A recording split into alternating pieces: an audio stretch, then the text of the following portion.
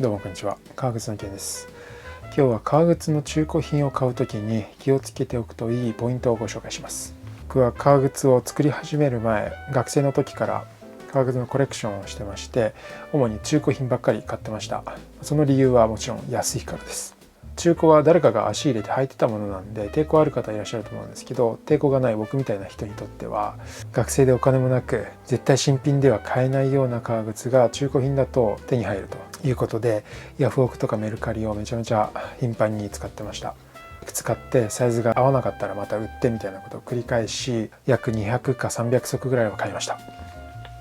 で、僕は靴修理のバイトもやってたので、200、300足買い、そして修理を自分でして気づいた革靴の状態で見るべきポイントをご紹介します。まず先に一つ言っていくと、これは安くお得に買おうって思った時の気をつけるポイントであって、ヤフオクとかメルカリには新古品みたいなほとんど新品状態のものが新品状態から半額ぐらいでも売られてたりするので、ある程度お金を出せばすごく状態のいいちゃんとした中古品が買えます。なんですが、もうちょっと履き込まれて、値段的にもかなり下がってきているものを買うときに見るべきポイントですね。大きく分けてソールの状態とアッパーの状態2つあるんですけど、順にお伝えしていきます。まずはソール。革靴のソールというと大きく分けてレザーソールとラバーソールがありますが、レザーソールの方が見るべきポイントが結構多いというか分かりやすいので、レザーソールメインの見るポイントです。で、ソールは基本的にこういう本格革靴っていうのは修理可能になっているので、結構履き込まれてても修理すればまた履けるような状態にはなる。それが革靴のメリットですよね。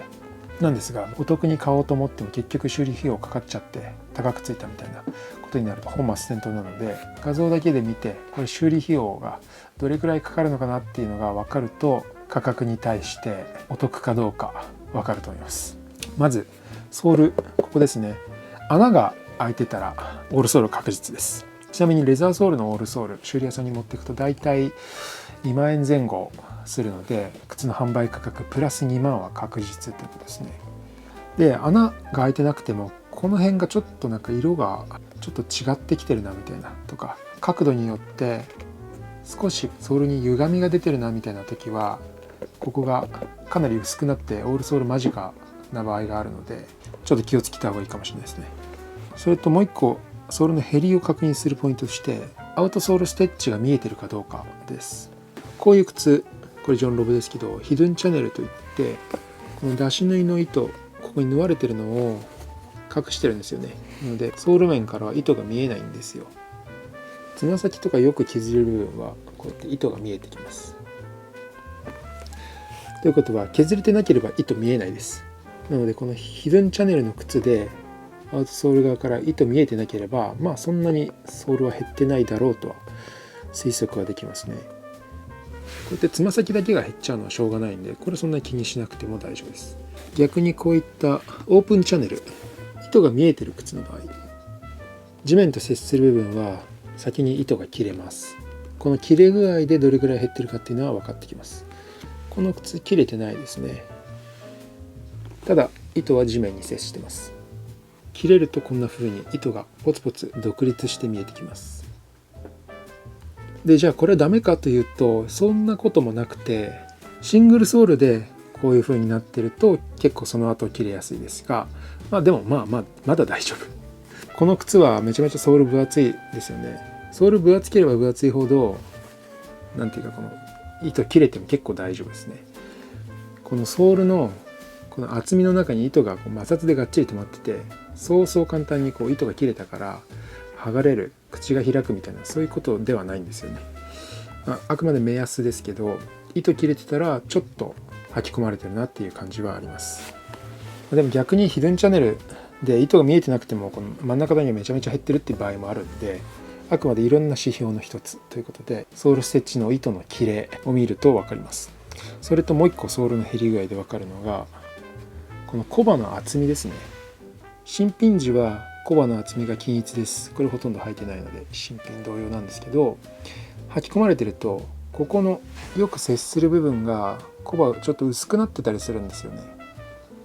それでもソールの減りっていうのを確認できます。ただ多少薄くなっても全然まだまだソールの厚みっていうのは残ってるので、すぐにオールソール必要っていうわけではないですね。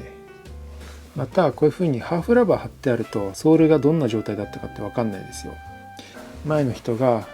レザーソールで履いてて結構レザーが薄くなってきたからハーフラバー貼って履こうみたいな時だと、ハーフラバー剥がしたら実は穴開いてたみたいなこともなくはないんですけど、それもこうやってコバの厚みなんかを見ると分かると思います。それとソールが綺麗でももしかしたらもう一回オールソールされてるかもしれないですね。それを見るためにはここのウエスト部分、街の修理屋さんでオールソールするとこういった純正のロゴっていうのは入らないので、このロゴがあるかないかですでに1回以上オールソール済みなのか、まだオールソール経験がない靴なのかっていうのは分かります。でこのオールソール経験があるかないかっていうのは割と大事で、履き込んでいく上でこのソール、アウトソールっていうのは交換できるんですけど、インソールって交換できないですよね。なのでオールソールされてソール面が新品であったとしても、中底インソール見るとすごいその前所有者の足型にくっきり残ってたりするんですよ。そうすると自分が足入れた時にその前所有者と足型が違って、ちょっとこの指あたりに違和感があったりとか、あと中底の寿命がもう結構来てたりとか、つまり1回以上オールソールの経験がある靴っていうのは経験がない靴に比べて履き込まれて前所有者の足型にもう馴染んでいる可能性が高いということですね。ただこれもオールソール経験がなくてもがっつり中底が前所有者の足に馴染んでいる場合もあれば、またその逆もあるので、中底の写真を見れるとよりいいです。とは言いつつも中底の画像を載せる人そんなに多くないし、暗くてね見づらいのであんまりはっきりと状態は分かんない場合の方が多いです。でヒールは交換時期は簡単に見れます。でこのゴムの部分が残りどれくらいあるかですね。このゴムがもうなくなりそうだったらヒール交換が早いので、そうすると4000円ぐらいはかかる。その金額を見た上で靴の販売価格どうなのかって考える必要がありますね。でヒールは結構交換頻度はもともと高いものなので、これ買ったらヒール交換しなきゃなっていうことはよくあります。でこれ今オリジナルのヒールついてますけど、これもう交換済みだったとしてもそんなにこのオールソールほど気にすることじゃないですね。それとベルト、ここはそんなに見なくてもいいんですけど、このベルトの残り幅がどれぐらいあるかですね。あんまり上手くない修理屋さんだとハーフラバーを貼ったりとかオールソール交換をした時にこのベルトをねガンガン削っちゃう場合があるんですよね。でそうすると次のオールソールする時にもうここベルトの幅がなくて、もう次ソール縫い付けられないみたいな、削りすぎて横からもう糸見えちゃうよみたいな、そういう風になってる靴もたまにあるので、ポイントとして一つ見るところではあるかもしれないですけど、多分そこまで気にしなくてもいいポイントです。ベルトは。次はアッパーで見るべきポイント。一番大きなポイントはクラックです。クラックっていうのは革の表面がひび割れることなんですけど、これは原因はいろいろあって、サイズが合ってなかったとか、シューツリーを入れないで放置してたとか、ケアが足りてなかったとか、いろいろあるんですけど、革の表面にひびが入ることですね。ここ見ると分かるんですけど、これシワではなくて、もともとシワだったんですけど、そこのシワが深くなって表面が割れるクラックにまで発展してますね。じゃあこうなったらすぐ破けちゃうのかっていうとそういうことではないんですけど、このクラックって補修が結構難しいし、結構磨いて艶出した時に、気になるんですよね。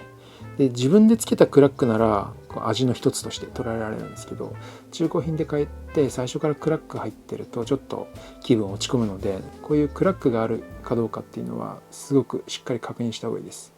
ソール周りっていうのは基本、オールソールとかすれば修理可能なんですけど、このアッパーのクラックっていうのは基本的には修理できません。こういうところとかこういうところにクラック出がちです。それとこれは古い靴にありがちなんですけど、縦に入るクラックっていうのもあります。この辺ちょっとこう縦に筋入ってるの分かると思います。これ革乾燥して縦にクラック入っちゃってるんですよね。ヴィンテージシューズとかだと結構あるんですけど、これも同じように修復不可能なんでなるべくやめた方がいいですね。それとつま先の傷、これ僕のトリッカーズもうガンガン履いてつま先とか傷つきまくってるんですけど、僕はこれは気にしてないです。なぜかというと自分でつけた傷だからです。でこれはこれでかっこいいなとは思うんですけど、気にする人はない方がいいですね。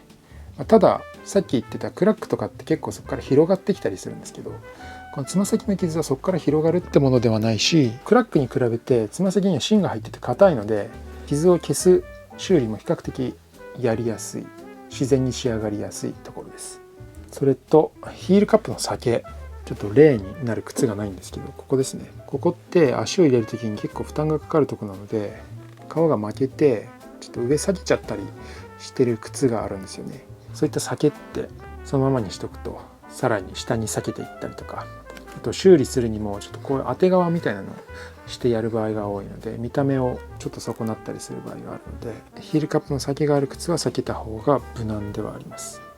で、似てる症状でこのパイピングとかビーディングの裂けっていうのはあるんですけど、この上の玉縁がちょっと裂けてるみたいな、それだったらそこから広がるってことはあんまり考えにくいですけどね。ビーディングとかっていうのはこの靴でこの白い部分、ここだけが裂けてる場合はそんなに気にしなくても大丈夫です。見た目で気になる場合はやめた方がいいです。それとライニング、特に気にするのはこのかかとです。カウンターライニングっていうんですけど、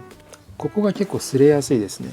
これも結構擦れてるの分かると思います。元々の色よりも白っぽくなってますね。で、これがもっと進むとここ穴開いちゃいます。穴開くと何が起きるかっていうと、このライニングとアッパーの間に挟まってる芯が露出しますね。で、そのまま履いてると芯がぶっ壊れてかかとがぐちゃっと変形してくるので、そういった場合修理するんですけど、ここに革を当てて、またそれにも4000円ぐらいはかかると思うので注意です。あと穴が開いてなくても結構ここって靴ずれするポイントなので、血がついたりしてるんですよね。そういうの気になる人はやめた方がいいですね。逆にアッパーの状態でホコリっぽいとか、なんかツヤがないなとか、多少なんか擦り傷あって色落ちしてるなみたいなとかっていうのは磨くと見違えるほど綺麗になったりするので、もしそういった表面上の見た目の問題で値段が安いならば買いかもしれないですね。ちょっと宝探しに近い感覚。ただの石かと思ってたら磨いたらめちゃめちゃ綺麗になったみたいな、そういうのも中古靴を買う楽しみの一つだと思うので、発掘みたいなしたい人にとってはむしろ汚い方がいいかもしれないですね。このパッと見で汚いだけなのか、ちゃんと修理が必要な靴なのかっていうのは見極められるとかなり楽しいです。それと他にもいくつかポイントがあって、こういうサイドゴアとかサイドエラスティックみたいなのはゴムの素材がありますね。この上がかなり波打ってたらやめた方がいいです。このゴムの伸びですね。これ交換はできますけど意外と高くて、これは修理店にもよると思うんですけど、1箇所3000円とかかかるんですよね。サイドゴアって両側あるじゃないですか。だから両側両側全部交換しようと思うと1万円超えちゃうみたいな結構あるので、